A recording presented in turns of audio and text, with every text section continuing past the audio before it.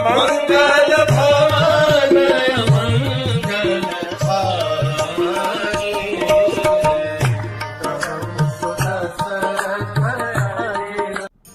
हरे कृष्ण।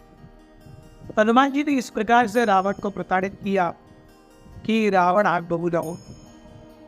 रावण ने अपने मुंह में मदिरा जो प्याला था उसे जोर से जमीन पर पटका और कहने लगा, इस दुष्ट वानर को तुरंत मृत्यु दंड दिया जाए।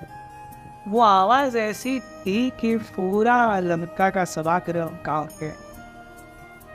They had never seen राक्षस नाच like this। सारे राक्षस किसी न किसी प्रकार से रावण की आज्ञा को पूरा करने के लिए दौड़े। इसी बीच में एक बहुत ही अथॉरिटेटिव आवाज आई, सबको सुनाई देगा, रुको, हम एक दूत के साथ ये नहीं कर सकते। The voice was so authoritative that even Ravan was taken aback। Ravan ने देखा कि सभा के अंत में एक व्यक्ति खड़े हुए हैं जो थे विभीषण, जो कि रावण के भाई हैं, भगवान के भक्त हैं। वे कहते हैं कि हे भ्राता, कृपया मुझे इस प्रकार से बीच में बोलने के लिए क्षमा करें, लेकिन आप तो धर्म शास्त्रों की ज्ञाता है। धर्मों के अनुसार किसी भी दूत को मृत्युदंड नहीं मिलना चाहिए। ये आपके मान सम्मान की हानि है। अगर कोई दूत आएगा, निश्चित रूप से दूत की जो वाणी होगी वो प्रोवोकेटिव होगी, वो आपको थोड़ा सा जलाएगी, भुलाएंगी, ये स्वाभाविक है। लेकिन इसका दूत तो क्या है, वो केवल संदेशवाहक है। उसको जो कहने के लिए बोला गया वो वही कहेगा। तो अगर दूत को हम इस प्रकार से प्रताड़ित करते हैं तो लोग क्या बोलेंगे, लोग क्या सोचेंगे। इस प्रकार से दूत का एक हाल हुआ लंका और लंकेश के सभागृह में। ये तो बहुत ही गलत है। Even Ravan knew that this was a very distinct time। Ravan के मन में था कि अभी अभी नीचे जा करके उस वानर का गला घोट करके उसे मार दे, बट वो जानते थे कि ये सभा है और सभा को कंडक्ट करने के नियम होते हैं और नियमों का उल्लंघन करना उसके लिए अच्छा नहीं होगा। तो रावण के मन में बहुत गुस्सा था, लेकिन वो सारे गुस्से को पी गया। विभीषण कहने लगे कि हे भ्राता, एक आवेश में आकर के आप कोई आदेश दोगे, आवेश में आकर दिए हुए आदेशों का परिणाम अंत में बहुत ही बुरा होता है। हम आदेश दे देते हैं, लेकिन आवेश में हम उसकी गहराई, उसकी सत्यता का मापदंड नहीं कर सकते। मैं जानता हूँ कि ये जो दूत है ये बहुत ही शक्तिशाली है, इसने बहुत ज़्यादा मस्ती की है। उसने अपने राक्षसों को मारा है, अपने मंत्रियों को मारा है, मंत्रियों के बेटों को मारा है, प्रहस्त के बेटे को मारा है, आपके बेटे, हमारे बेटे अक्षय कुमार को मारा है। ये वानर निश्चित ही दंड योग्य। आप इसे किसी भी अलग प्रकार का दंड दे सकते हैं।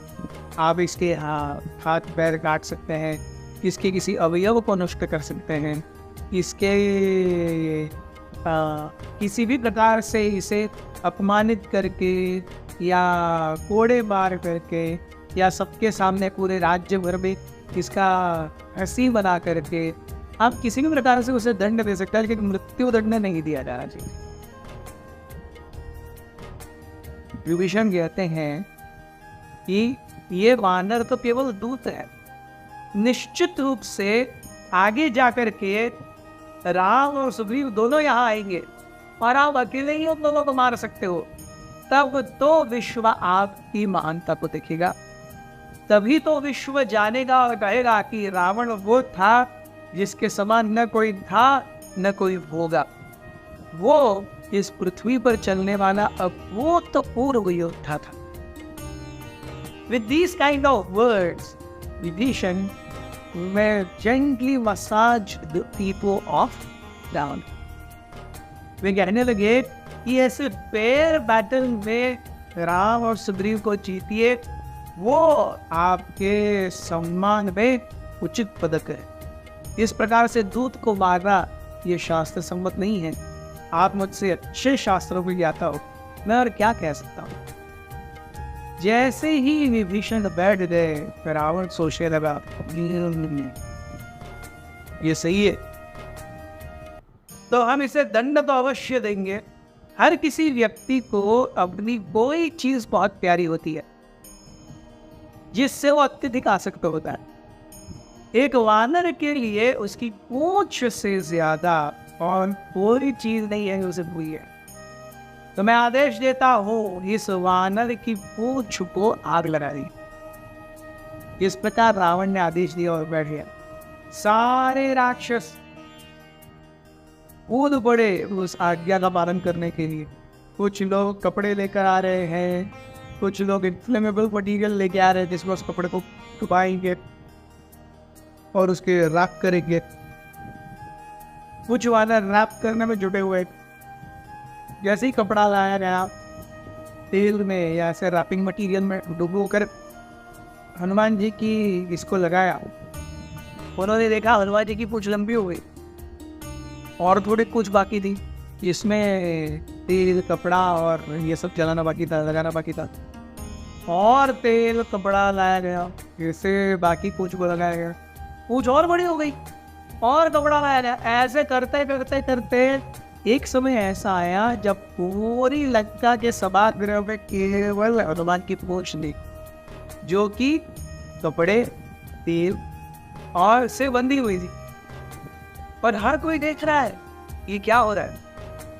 एंड में तो हनुमान जी की बड़ी हुई पूंछ को कवर करने के लिए रावण के महल में जितने राक्षस थे उन्होंने अपने कमर के पट्टे खोल करके दे दिए। रावण ने भी अपने कमर का पट्टा खोल करके दे दिया, उससे भी हनुमान जी की पूंछ बंधी। और फाइनली रावण ने कहा उसे लेके जाओ और नगर के बीच में उसकी पूंछ को जला दो, उसे छोड़। हनुमान ये सब देख करके ऐसे थैंक यू वेरी मच करे थी।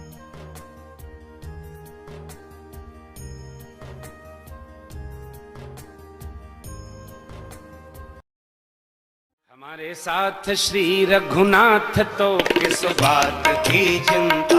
हमारे साथ श्री रघुनाथ तो किस बात की चिंता। शरण में रख दिया जब माथ तो किस बात की चिंता। शरण में रख दिया जब माथ तो किस बात